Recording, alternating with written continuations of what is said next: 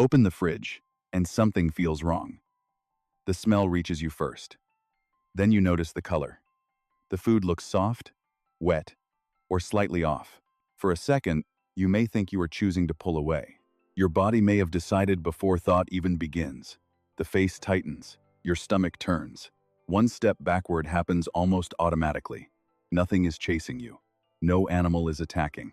No visible enemy is standing in the kitchen. Still, the reaction arrives like a command. Do not eat that. Do not touch it. Get away. You might call it gross. Your body may call it protection. Disgust can make you feel dramatic, too sensitive, or strangely controlled by your own nervous system. Yet this reaction is not random.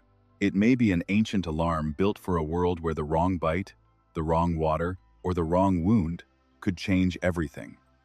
Modern life surrounds us with layers of protection. Food stays cold in refrigerators.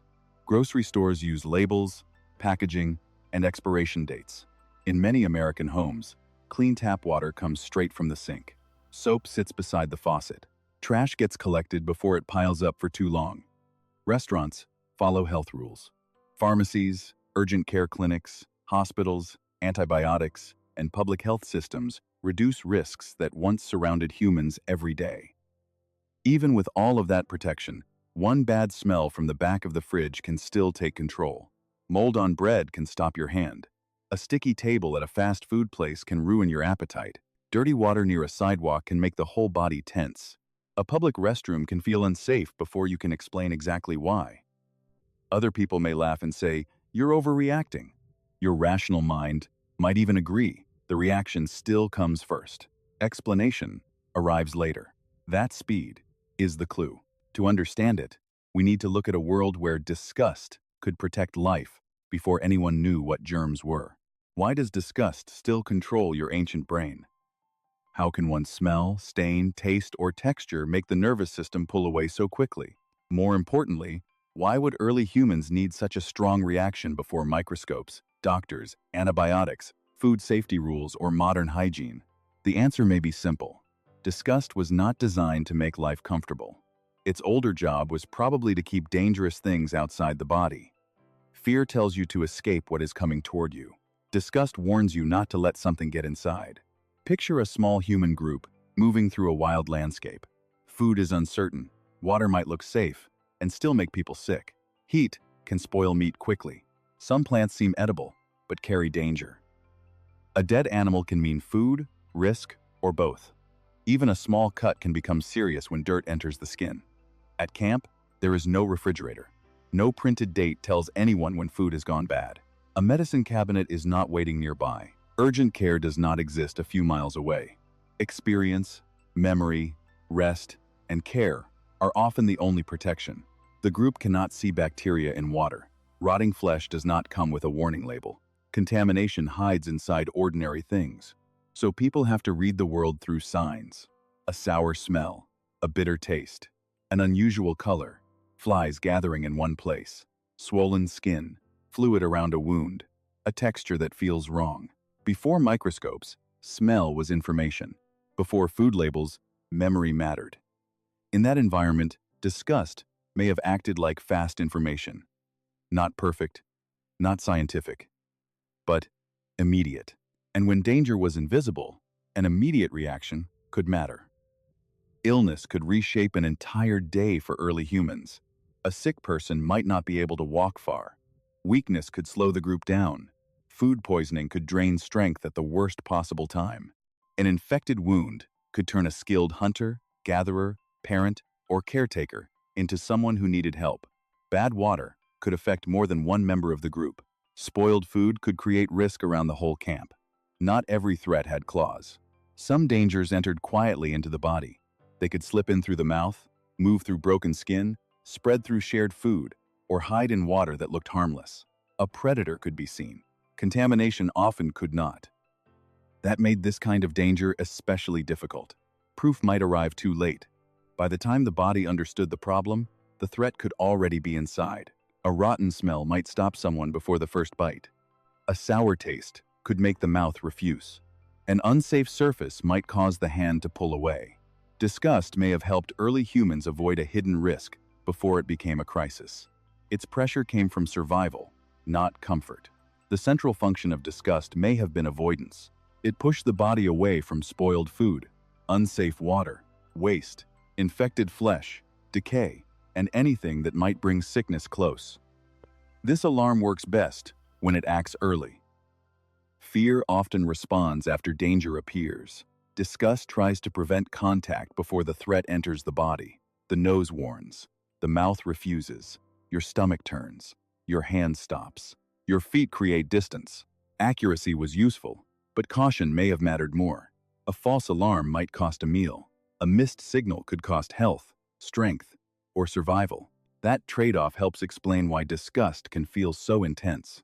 It does not wait for certainty. Distance comes first. Understanding comes second. This does not mean every disgust reaction today is correct. Culture, memory, anxiety, personal experience, and social learning can all shape what feels disgusting. Sometimes, the alarm attaches itself to harmless things. In the wrong direction, it can even become unfair or harmful toward people. Disgust may be information. It is not always truth. Still, one older function remains clear. The feeling may have helped keep contamination away from the body. For early humans, that could be the difference between strength and sickness. Early humans likely turned repeated reactions into practical knowledge. If a certain food made someone sick, the memory could become a warning. When illness followed a particular water source, the group might avoid that place later. A carcass covered in flies could teach caution. A wound that worsened after dirt entered it might change how injuries were handled. Knowledge did not need writing to survive. It could live in memory. Warnings could move from one person to another. Over time, those warnings could become rules shared by the group. Leave that alone. Do not drink there. Move camp. Keep waste away from food. Protect the wound. Be careful with anything that smells rotten. Simple rules can carry deep survival value. A child did not need germ theory to learn avoidance. The group did not need a laboratory to remember what made people sick. Reaction came first. Memory gave it shape. Habit turned it into protection. Disgust was not only a private feeling in one person's stomach. Inside a small group, it could become part of how people protected each other. The mistake is treating disgust as nothing more than pickiness. Someone pulls back from a smell, and it looks dramatic. A person refuses food, and others may see it as rude. One dirty surface can create a reaction that seems too big for the moment. Yet this feeling may come from a world where caution around contamination mattered deeply. Disgust was not only saying, "I do not like this." A deeper message may have been, "This could harm me. This could spread sickness. This could weaken the people around me." Of course, the ancient alarm can misfire. A feeling is not proof. A reaction is not always truth. The nervous system does not automatically understand modern safety. Even so, the strength of the response becomes easier to understand when seen as a survival signal. The stomach turns because the system wants distance. The face changes because contact is being rejected. The body pulls back quickly because waiting too long could once be costly. Disgust may not be simple dislike.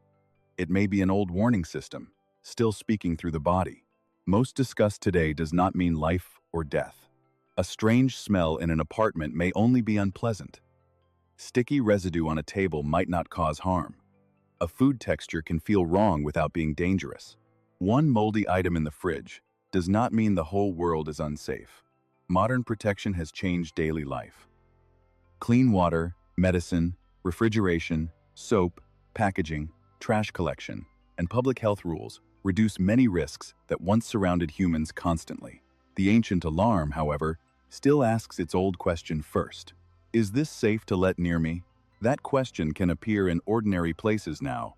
A kitchen, a grocery aisle, a school bathroom, a public restroom, a trash can, a lunch container left too long, a smell from a sink. Part of the mind understands the modern setting. Another part still scans for rot, sickness, waste, decay, and infection. So when disgust feels stronger than the moment, it may not mean you are strange. It may mean an ancient protective system is reacting before the modern mind can calm it down. Your life changed. The alarm stayed. Disgust may look like a small reaction, a flinch, a face, a stomach, turning away from something unpleasant. Beneath it, though, may be one of the oldest forms of protection humans still carry. Early humans survived not only by escaping predators, they also survived by avoiding what could quietly enter the body and make it weak. Spoiled food, dirty water, infected wounds, rotting flesh, disease. That is why disgust can feel so fast, so physical, and so hard to ignore. Modern medicine gave humans new protection. Science explained invisible threats. Cleaner systems changed the environment around us. Even now, the ancient body still asks the older question first. Is this safe to let inside me? Disgust can overreact. It can misread the modern world. It can attach itself to the wrong things. Even so, hidden inside the feeling may be a survival message older than civilization. Stay away from what could poison the body. The modern world became cleaner, faster than the human nervous system could forget what contamination once meant. Disgust is only one ancient alarm. Shame, fear, betrayal, rejection, and many other feelings may carry their own prehistoric stories too. Prehistory did not disappear. It still lives in the way we react.